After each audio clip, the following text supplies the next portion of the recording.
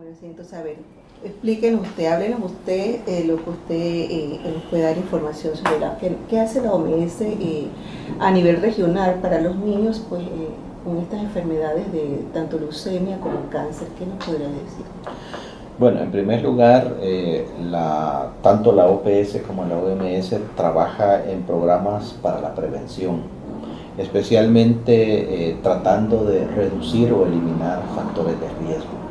Hay problemas de cáncer que tienen que ver con factores genéticos, con factores congénitos, pero también hay problemas de cáncer que tienen que ver con los estilos de vida de las personas. Y acá es donde nosotros tratamos de intervenir o de motivar. Claro. Se ha comprobado de que hay 4 factores de riesgo que son los que producen la mayor cantidad de cáncer en el mundo, que tiene que ver uno con la inactividad física, que la persona no tenga actividad física, especialmente ahora con los niños, que la mayoría se están con juegos. O la actividad física es el dedito, son los deditos, y nada, ya eso de correr a la pelota, el béisbol. Entonces uno es la inactividad física, la otra es la alimentación malsana, es decir, alimentos que no son saludables, con exceso de azúcares, con exceso de grasas, con exceso de sal, con poca fruta, con poca verdura, vegetales, con poca ingesta de agua, y al contrario consumen más bebidas azucaradas, y puras bebidas azucaradas, porque cuando ven los niños el problema que había con el tema de las loncheras que se presentó, cuando van a ver cuáles son las opciones que tienen para darle a esos niños la lonchera, todos esos juguitos Tetra Pak están llenos de azúcar. Entonces, ¿qué se les queda? Agua prácticamente, porque todos contienen mucha cantidad de azúcar. Y el otro factor de riesgo es que en el caso de los niños, bueno, aunque ahora ha circulado mucha en las redes sociales información sobre esa, es el consumo excesivo de alcohol. Alcohol en los padres, y que por ende provocan que cuando los niños nacen, entonces nacen con esas deficiencias. Así es, especialmente la madre. Y el otro es el tabaquismo. Esos son los 4 factores de riesgo que producen mayores incidencia en cáncer en niños, en adolescentes, en jóvenes y por supuesto en adultos, hombres y mujeres. Entonces hay un programa, hay un plan de acción para 10 años que cada país lo está desarrollando de acuerdo a sus capacidades y de acuerdo a sus posibilidades. Y aquí por supuesto está incluido este país, Panamá, claro, que tiene un plan intersectorial para la prevención y el control de las enfermedades no transmisibles, donde se incluyen los casos de cáncer y especialmente sus factores de riesgo. Entonces, ese es el primer programa.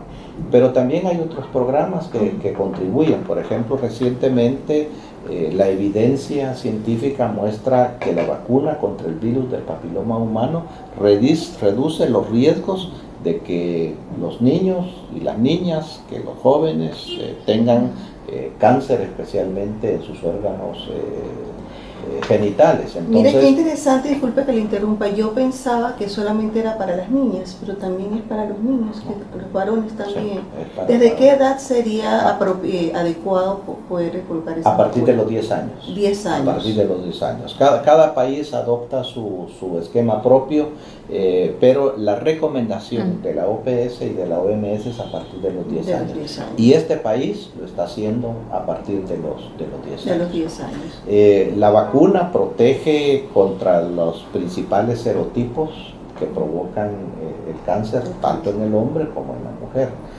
Lo que sucede es que generalmente es mucho más evidente y causa mayor número de casos en la mujer, claro, pero igual lo puede padecer el hombre que la mujer. Y por eso es que se recomienda de que la vacuna sea tanto para el niño como para la niña a partir de los 10 años. Mire qué interesante, yo pensé que solamente era para la sección femenina, no, también es para los varones.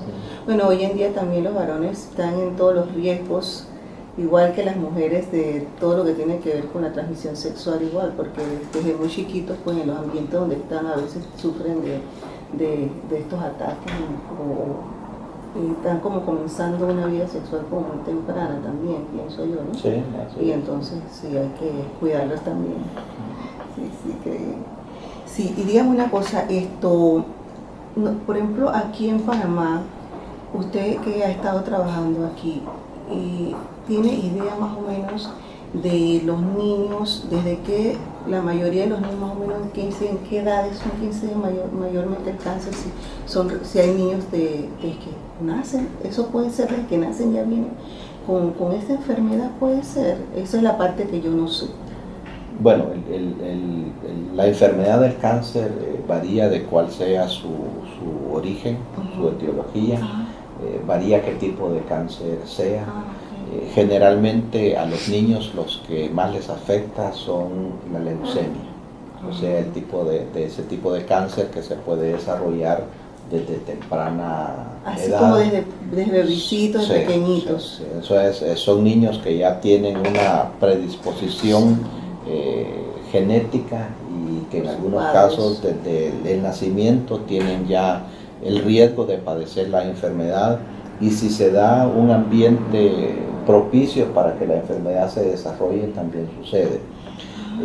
También en algunos casos se da por la exposición que hay a agentes que son cancerígenos, ya sea la madre durante el embarazo o el niño recién nacido. Hay factores de riesgo que ya está comprobado que son productores de cáncer, y que si la persona entra en contacto con esos agentes, entonces el riesgo que tiene de padecer la enfermedad es elevado.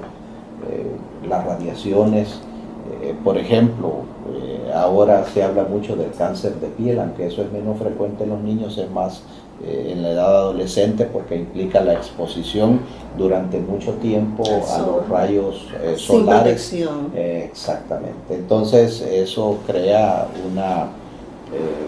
un riesgo de que la persona padezca. Hay también algunos oficios que están relacionados a eso. El plomo se ha comprobado que es un agente que puede desencadenar el padecimiento de cáncer. Entonces, personas que están en contacto con el plomo, que por su trabajo están relacionadas con eso, exactamente, o con las baterías de los autos. Que también generan eso. Entonces hay factores que ya están comprobados. Entonces por eso es que nosotros insistimos, es que ahí es donde se debe de trabajar, porque cuando hay una predisposición, como en el caso de algunas leucemias, y la persona ya tiene el riesgo de padecer la enfermedad, entonces ahí lo que se requiere es de una intervención oportuna, primera de diagnóstico, un diagnóstico temprano, y segundo que haya tratamiento que sea sostenible en el tiempo para atender la enfermedad. Pero mucho del cáncer es prevenible. Por ejemplo, el cáncer del cérvix o de la matriz en la mujer y el cáncer de seno es perfectamente prevenible, y hay medidas diagnósticas. Exámenes y constante verificación de eso. Ya hay medidas que le pueden hacer el diagnóstico, pero a veces hay un desconocimiento, o volvemos de nuevo a los estilos de vida. Yo me preocupo de muchas cosas, pero no de ir donde el ginecólogo, en el caso de la mujer, para que le haga su citología cada año, claro, para que se haga su examen de mamas y entonces vea si no hay ninguna alteración, porque la mayoría de los tipos de cáncer, cuando son diagnosticados y tratados oportunamente, generalmente tienen un buen pronóstico. El problema es que generalmente las personas acuden por ayuda cuando ya tienen los síntomas muy avanzados y se sienten enfermos, entonces ya es difícil hacer el control. Y lo mismo sucede con el hombre, con el cáncer de próstata. Sí, que el hombre, y más el latino, que hacerse esos exámenes de preventivos, para ellos es muy difícil, y cuando van a veces ya es como un poquito... Pero ahora hay muchos mecanismos diagnósticos, ¿no? Ya hay muchas alternativas, o sea, ya hay lo que usted menciona, identificadores de marcadores cancerígenos que pueden hacer. Y también otro tipo de exámenes que también, no necesariamente los exámenes que tradicionalmente se han hecho para esa detección. Realmente esto, una preguntita a ver si nos puede ayudar con esto. Esto de la OMS, ¿cómo trabaja? ¿Qué apoyo recibe esta organización de los organismos internacionales en general? Ya. Bueno, la OMS es una organización del Sistema de Naciones Unidas especialista en salud. Y la OPS es la Oficina Regional para las Américas de la OMS. La OMS tiene 6 oficinas regionales en todo el mundo. Su sede está en Ginebra, pero tiene 6 oficinas regionales. Tiene para Asia, tiene para África, tiene para Europa y tiene la Oficina de las Américas. Esa es la OPS. Entonces, la OMS tiene los países que son sus estados miembros, los 193 países del mundo que son miembros de la OMS. Entonces, cada país da una aportación, una cuota a la OMS para el funcionamiento de la organización y para el trabajo que se hace de cooperación. La OMS también moviliza otros recursos con donantes, con países generalmente o con fundaciones que de manera altruista donan recursos para la salud. Lógicamente las contribuciones que hacen los países a la OMS varían según su capacidad financiera. Sí. Hay países que son potencias en el mundo que lo que dan es mucho y hay países que dan poquito y reciben mucho. Esos países que dan mucho generalmente son países muy desarrollados que requieren muy poco de la organización. Entonces aportan mucho y reciben menos. Y los países que necesitan más, lógicamente que son países pobres, aportan poco y reciben mucho. Ahora, todos los países igualmente son beneficiarios del trabajo que hace la OMS. Nosotros trabajamos igualmente con Estados Unidos, que es un país muy rico y poderoso. Igual, en el caso de las Américas, igualmente trabajamos con Haití, que es un país que es menos rico, sí, ¿ya? Y que está sujeto a muchos desastres.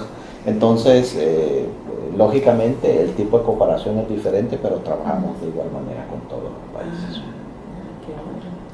Bueno, yo aquí la voy a terminar. Sí, quería ver si para finalizar nos podría dar un mensaje o dar su opinión, su reflexión, su llamado a esos padres, ¿no? Refiriéndonos, enfocándonos específicamente en niños con cáncer. Pues usted como doctor y director, bajo toda su experiencia, pues darnos ese mensaje, ¿no? Bueno, 2 mensajes. El primero es que con lo que ustedes me han contado, felicitarles por el trabajo que están haciendo. Sin duda es una obra que se requiere en salud.